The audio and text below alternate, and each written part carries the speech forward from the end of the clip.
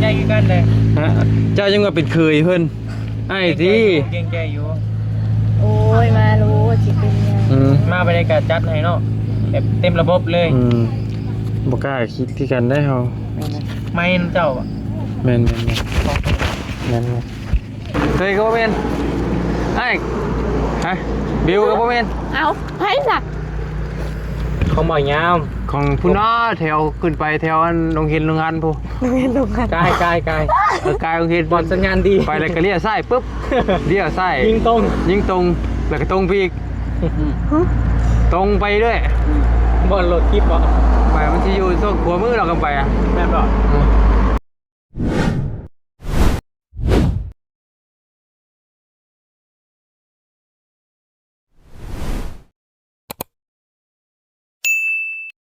ป้านักสำรวจที่เราเนาะยังไงนี่ได้คลิปกันนี่ก็ได้ที่นักสำรวจป่ะฮะมาเบิ่งอนาคตเนาะพี่น้องเลยสบายดีเด้อไปพี่น้องเด้อจะใกล้กันได้พี่น้องเลยให้กันได้ป่ะพอเป็นว่าเลยอันนี้คือความฝันได้เลยแม่นป่ะสู้ๆเลยทุกอย่างมีเวลาของมันป่ะแม่บอกความฝันคือนี่ได้ห้านรักษาได้แหละพี่น้องเลยให้เมียคือละบ้านนะหลักกะเอากระนอนอยู่เลยนะคุณหมายว่าไงกับเป็นบอลอยู่เลยกับเป็นห้านเลยแม่เชจิมองหน้าบ้านเลยแล้วก็เขากับปัญญาเป็นเด็กนอนเผาเครื่องอยู่เลยนะกับเบิดบอลายปันใดเบิดบอลายปันใดจะมีประมาณ200,000 บาทดีแล้วเพดานนี่ยังเลยบ่จะงามเลยดีกระท้าว่าเบิดลายบ่มันกะไรเนาะกะไรสำหรับคะแนนว่านะมันก็โอเคนะเพราะว่ามันก็บ่ใหญ่ปานใดดิเอาเฮ็ดใหญ่กว่านี้ก็เบิดลายอยู่อยากได้ซ้ำนี่บ่แต่ว่าเฮาสำหรับเฮาว่าใหญ่กว่านี้น้อยนึงมันจึงงามใจให้บ่แม่นจะได้15 ต้นเป็นเงินเลยเป็นทางหน้าเงินฮะ15 ต้น4-500,000 บาทพุ่นแหละคิดก็พอต่อเติมไปนะลองกันเนาะแต่ว่าถ้าเอาได้ไก่เครื่องนี่เขาก็ต้องเผาเครื่องเขานอนกันได้เยอะต้องได้นอนเผาเครื่องเขาก็ต้องเพื่อห้องนอนห้องนึงอยู่แล้วมันหมดละโดยก็หมายของมันยาวว่าความฝันแล้วพี่น้องก็อยากไล่ดีกว่านี้เพราะว่ามันแปรหน้าทางมันแปรทางนั่นแหละทางต้องน้องทางไปเท่าคนก็เคยขายเครื่องนะเป็นบ่ไปแต่แปรทางแหละมันเหมาะในการขายเครื่องอยู่แล้วเนาะทุกอย่างแหละมันเราต้องขายมันต้องคายไปเลยขายอะไรย่างขายหัวอาหารอยากคายยังแต่สมมติว่าเห็นมาประมาณไม่เท่าว่าจะขายจะพวกเกี่ยวกับหัวอาหารพวกไก่เกี่ยวกับหัวอาหารเกี่ยวกับพวกหัวอาหารแล้วก็แบบนี้ก็ขายคือของซ้ำไงโดยคายแบบของซ้ำเนาะแล้วก็เอาไปว่าไงมันติดกับโดยเพื่อนน่ะแหละติดกับทางแหละเกี่ยวกับขนส่งมันก็ง่ายเขาแค่โทรบอกเขามาส่งปุ๊บมันก็ปุ๊บแป๊บเดียวนะ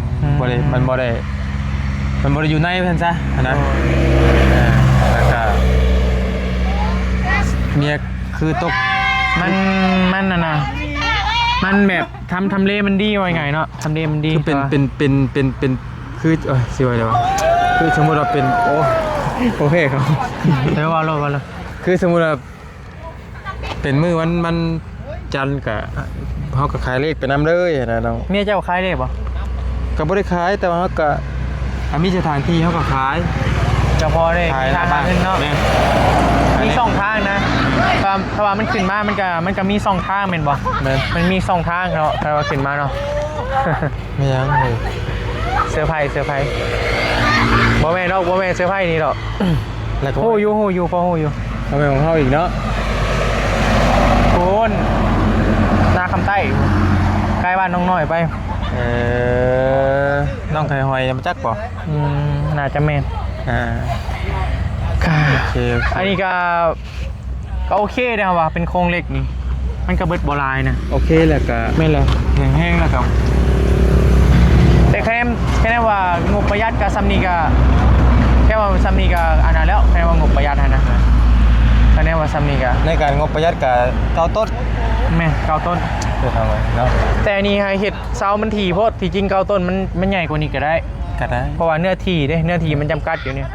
เดี๋ยวนี้มันมีเนื้อที่จำกัดก็เลยว่าเพิ่นนี่ก็เลยเห็ดซัมนี่นะเพราะว่าเขาเนี่ยอยากเอามันก็ใหญ่กว่านี้ประมาณสำเฮือนน้อยๆพุ่นแหละเก้าต้นบ่น้อยได้เริ่มต้นเก้าต้นก็ได้เซาก็ต้นละพัน จะไม่ใช่กี่ว่าเป็นสัญญาบอกให้พี่เลยไอ้คิดตั้ง โด นาน ยเพราะยังมีอันไหนอยู่อีกยังมีแว็กออกมาอีกบันหนึง คือว่าแล้วมันได้คุ้งสายไฟเลย แม่นอีกอย่างก็สายไพ่ เปลี่ยนสายไฟในอนาคตเผื่อเพิ่นเห็ดสี เห็นนั่นเห็นนี่เนาะ เพราะว่านี่เพิ่นก็เริ่มแบบทางออกได้เห็นบ่ แม่น เพิ่นเริ่มว่าทางมันยังออกเพิ่นเริ่ม เพราะอันนี้มันก็เป็นทางใหญ่เลยได้พอพี่น้องทางใหญ่แบบทางแบบเศรษฐกิจนะไปมาหาสู่กันระดับประเทศ เลยและพี่น้องเลยห้องห้างนี่ก็ถือว่าโอเคนะเรื่องเล็กเรื่องลาง ามแล้วว่ะเนาะเงียบเนาะเขาจะเห็นเนาะ โอเคอยู่ มัน แต่ ก็ ก็เบิ่งต้องกันแล้วแหละพี่น้องกันเนาะนะครับจนโตยาวกับพอเล็กมันก็มีหลายแบบ แม่น มีเล็ก มีบ้างมีกลาง ห เลยกับ การพี่น้องเลย มี เนาะ นา อันนี้นี่ขนาดกลางเลยเนาะ อันนี้กลางก็โอเคแล้วสร้างเพิ่นว่าอยากเอาบ้างก็ได้มันบริหารน้ำหนักแต่คุณภาพแหละเขาก็เลยเอาตัวกลางให้เลยซะมันก็น่า อย่าง ขึ้นมา เขาบริใส่กระเบื้องเลย แม่น ถ้าใส่กระเบื้องนี่เขาจะ มัน ตะนาย สร้างกระซีเสือนะ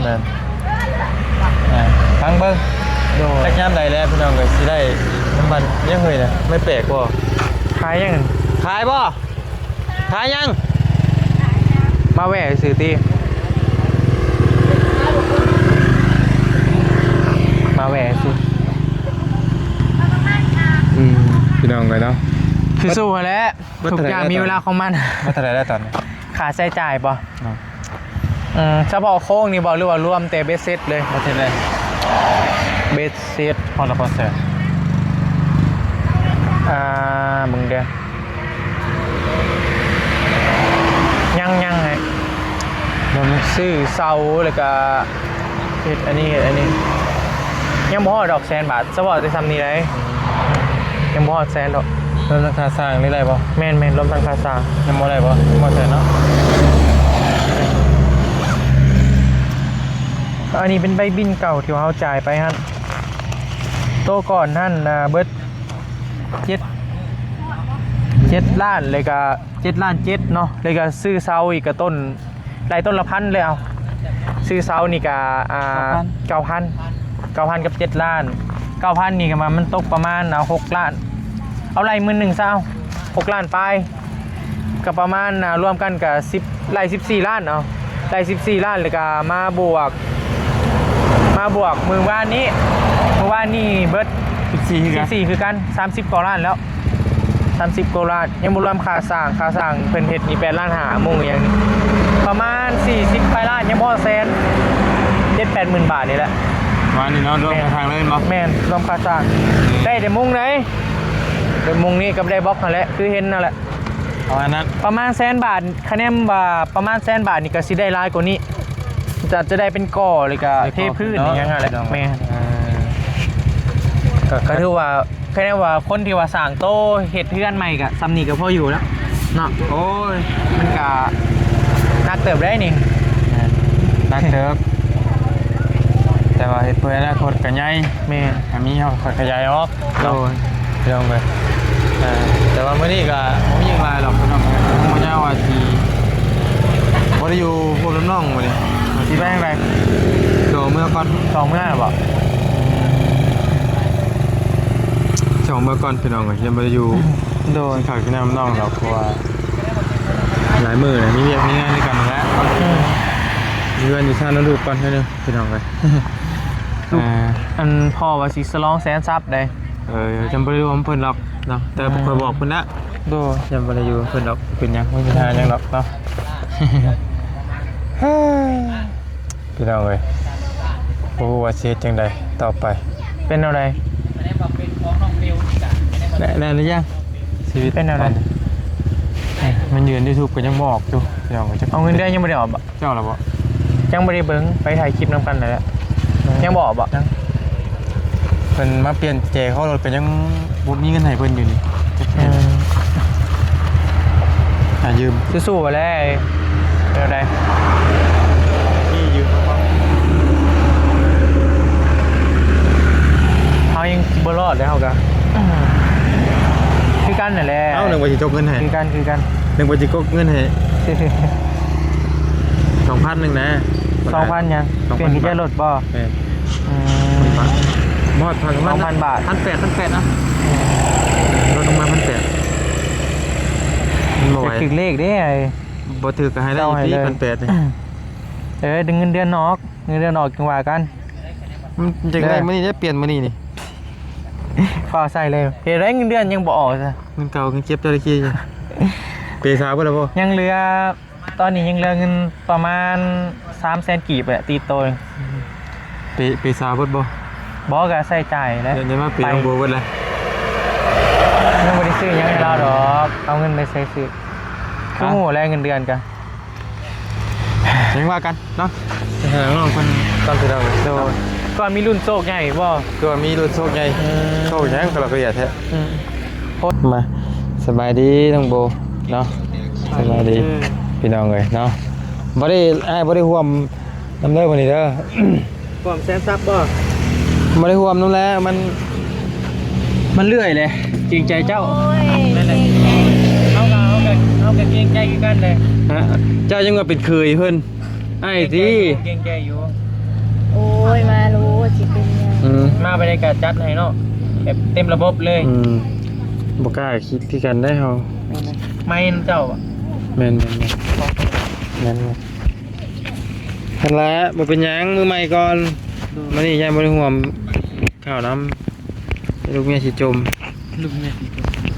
จมบ่จมแบบนี้เว้ย กับบ่กินข้าวน้ำมาจ้ะ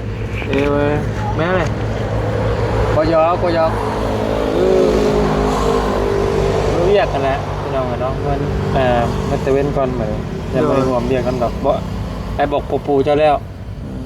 บอกปู่เจ้าแล้ว โอ้ย มีหยัง เป็นยัง เรียก ทำ ลา ไม บรรยากาศน้องๆเพิ่นถือว่าไวเนาะ แม่นไวแห้งเลย2 มื้อวะ สองมือปุ๊บเดียวเอาไปเนาะไม่ได้มุ้ง มืดในมุ้งแล้วก็ติดทานหอกนะนิดหน่อยนะติดอะไรปันลมบ่แผ่นไหนเด้แผ่นเซรานะนี่ก็เรียบร้อยแล้ว แม่นแล้วนี่มันเป็นเมทัลล่าเพราะจะได้เป็นเพิ่นยังบ่ได้ใส่ตัวอันเส้นตรงนั่นเนาะถ้าว่าเป็นไม้ของเธอเราไม้ตรงนะครับที่ว่าพลาดมายังบ่ได้ใส่ยังอยู่บ่ได้ใส่กันนึงนี่สิใส่อยู่ที่ว่ายังบ่ได้ขึ้นเด้กับพอดีงามเนาะสำหรับงบโบราณพี่น้องเอ้ยสำหรับงบประหยัดเนาะแต่ว่าสำหรับผู้ที่อนาคตไกลบ่หรือว่านั่นก็อาจจะน้อยนิดนึง มันยังน้อยแต่ก็หน้าที่อ่ะนะหน้าที่ประจำการเด่นได้ กับหน้าที่ก็จำกัดอีกแต่ว่าพอดีงามในแม่น15ต้นเด้อพี่น้องเด้อทางเงินหนังหนึงเลยเนาะอย่างไรตัวนั้นเลย อยากได้อีกเลย โอ้ยเจ้าสี่เอาเลยนี่ไหนะยาวทาง สิ สี่ ไป เอา เล ร ส ถ พี่น้องก็งามดีกินนี่เนาะนั่นแหละเนาะถือว่าพอดีแบบตะเปาะอยู่แต่ว่าความสูงนี่เท่าไหร่ปี ความสูงบ่ แม่น เพิ่นเขาซื้อเสามาให้4 เมตรแต่ว่าเพิ่นบ่มักสูงว่าซั่นเพิ่นเลยตัดออกมันเหลือ3 เมตร 50นี่แหละพังลงไปก็ ไพ่บ่มัก เพิ่นว่าย่านสายไผ่บ่มันคุ้มกับสายไผ่บ่มันใกล้กันบ่เพิ่นว่าแต่ก็อยากต่ำอยู่อยากต่ำบ่ต่ำบ่ห้านนี่นะ เพราะว่าน้องคนไทยโทรถามมาว่า อ้ายเฮ็ดห้านนี่ต้องใส่จักเม็ดป่ะ โดย สำหรับส่วนอ้ายว่าเพราะว่าไอ้เบิ่งโตเฮือนโตนั่นมันก็คือบ่ได้สูงปานใดนะก็เลยก็ได้แนะนำน้องคนว่าประมาณ4เมตรนี่แหละเข้ามาพอดีงามไปว่า แม่นเลย อันนะ แต่ว่าเพิ่นว่าสูงก็ถ้าแต่เพิ่นมัก อัน นะ นั้นก็แล้วแต่ แม่น ของ เงิ เงิน น เนาะ เงินอยู่ก็ขึ้นกับคนมักกันแหละ ปุ๊ก เฮาก็มาเฮ็ด ปุ๊กเฮือนตามผู้อยู่ แม่น ปุ๊กอูตามผู้นอนเพิ่นว่าเนาะแต่ว่าสำหรับบ่เจ้านี่เอาแม่ลองติดฝ้าเลยบ่ ยืด เจ้าก ระถึงแล้วแหละ ติดตามกระเบื้องคืนนี่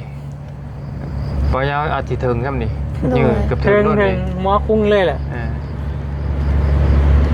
เดี๋ยวมันจะต่ำนี้มันจะต่ำเราก็ยังสูงอยู่ยังห่างหลาย มีงามแล้วมีงามบ่มีงาม แล้วแต่เราเจ้าของเงินคนนี้เจ้าของเงินเลือก เป็นหมักประมาณนี้ เลือกมาเนาะคนก็เฮ็ดคือคนนั่นแหละพี่น้องเลยเนาะก็มาคนติดคือว่าต้องโบสูงอยู่ด้วยเนาะ สูงอยู่ โบสูงอยู่พี่น้องเลยบัดห่านบัดเตี้ยบัด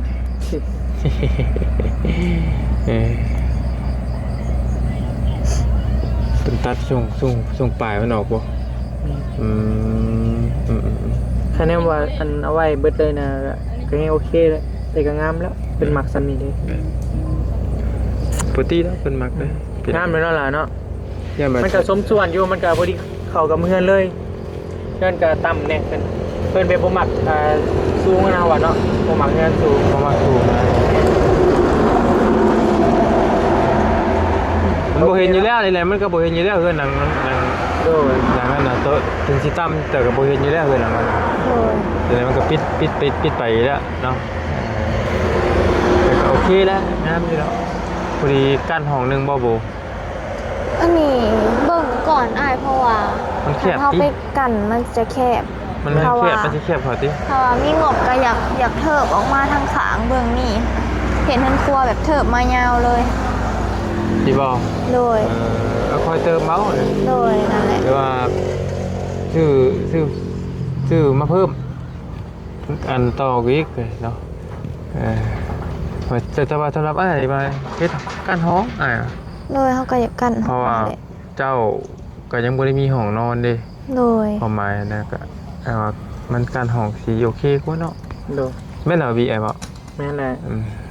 ต่อเฮาก็ยัง มันก็ต้องมีของนอน ยุคนี้เนี่ยมันแบบว่าไผมันก็อยากนอนห้อง ส่วนตัวแล้ว ม่น แม่ มันบ่ มัน คือ ส่วนตัวแล้ว บ่คือตะกี้บ่คือยุคซุมอ้ายตะกี้ กลายเป็นซาวเลยดิ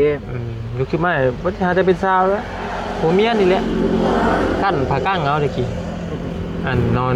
เฮือนตะกี้น่ะรุ่นที่มาตะกี้น่ะกั้นผ้ากั้งที่แรกครับว่าไงครับว่าเปิดกระจายเลยครับกับตั้งออกอ่ะเห็นเบิดนั่นแหละเนาะ มันกับโบเก็บเสียงอีกเนาะ หมอวิ่งก็เก็บแล้วได้ยินเบิดนั่นแหละ ได้ยินเบิดนั่นแหละพี่น้องเลย เอากันใหญ่แหละก็อยากมีห้องอยู่หั่นนะก็อยากได้ห้องนั่นแหละ ไปทำไปเนาะ โดย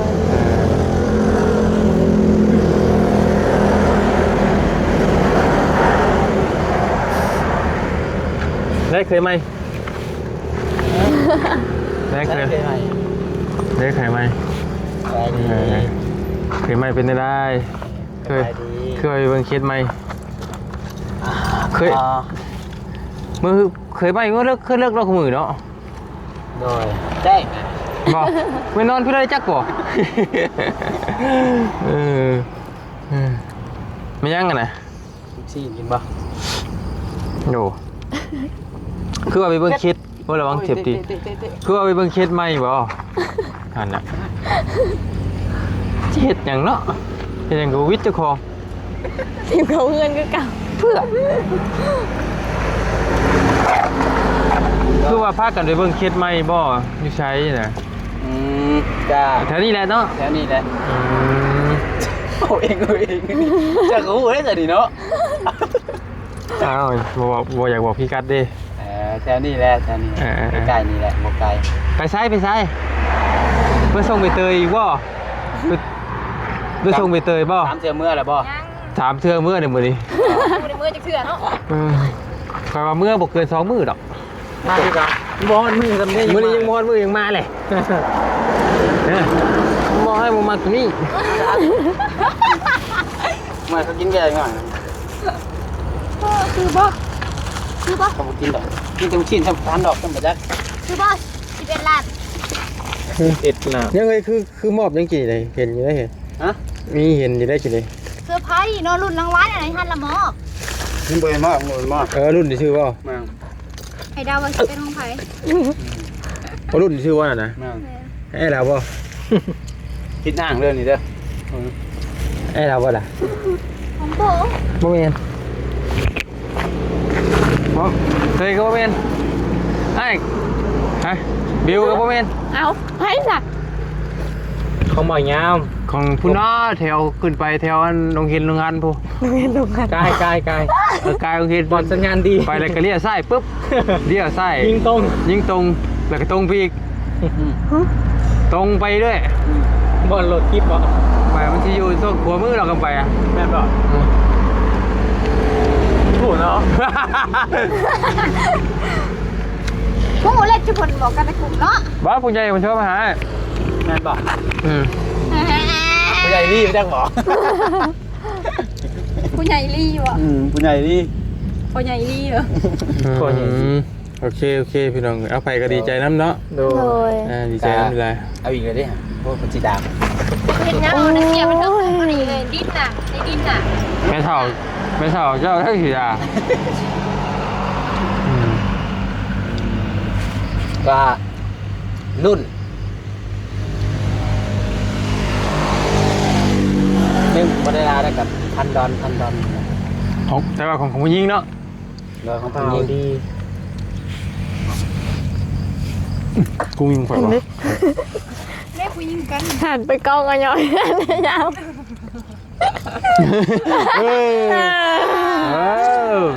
ยังก็เกิดขึ้นได้เนาะว่าแรกได้คือโบยนะเดี๋ยวนี้ บ่ ห่านบอกเพื่อน ท่าน ทำลูกผม เดินไปเลย มันก็จีเป็นเพื่อนได้แล้วไง ได้อยู่ห้องหนึ่งไง จะลองรุ่นเบิ้งเนาะของผู้หญิง ทำไมบอกไอ้เฮ็ดไอ้กระชีเฮ็ดไงคนนี้แหละ ผมบ่สนใจเลย ทำไมเหอะได้ที่ผ่าต้นนี่นะเห็นนะเพื่อนเห็ดไอ้ขายเครื่องเลยนะทำไมเนาะความหนาความตาเมื่อนี้บ่ได้อยู่หวบน้ำเด้อมือเพื่อนมาหยอกลูกก่อน แม่นบ่ คือจะยอม เดี๋ยวเมย์ก็ว่า จักเป็นอย่างแรก บนเศร้าเลยได้ดาวเท้าเจ็บเลยที่ ใครนี่แล้วซาแล้ว ร้อยแล้วเหมือนแรง โอ้เรียบร้อยแต่ว่านี่ เจ้าอีกแล้ว มาเล่นกับเอาไหมเนาะของเฮา ของเฮา ของเรา เนาะอี โอ้ ใช่ เพิ่น คือว่าวี่นี่บ่ได้นี่มือของยันมือของเพิ่น ของเพิ่น โอ้ได้แต่คำเดียวเท่านั้น มาดูอะไรนะ เอาตัวบอกของผมมาเนาะ บ่ได้ไปใส่บ่มื้อนี้บ่ได้ไปใส่บ่ ไม่ได้ไปใส่ ไปหาน้องน้อยบ่อยู่ เทลซิโน่เลยจุ้งค่ำก็จังหวะหลอกไปหลอกมากเลยค่ำ บอสจืดหนาเวลาแทลเซโนน่ะ เนาะแต่อยู่รักซกมื้อนี้ยังจนค่ำ กูไปกูมาอยู่ ไปอยู่ในใจเขาก็พอ ไปโซ่ละเที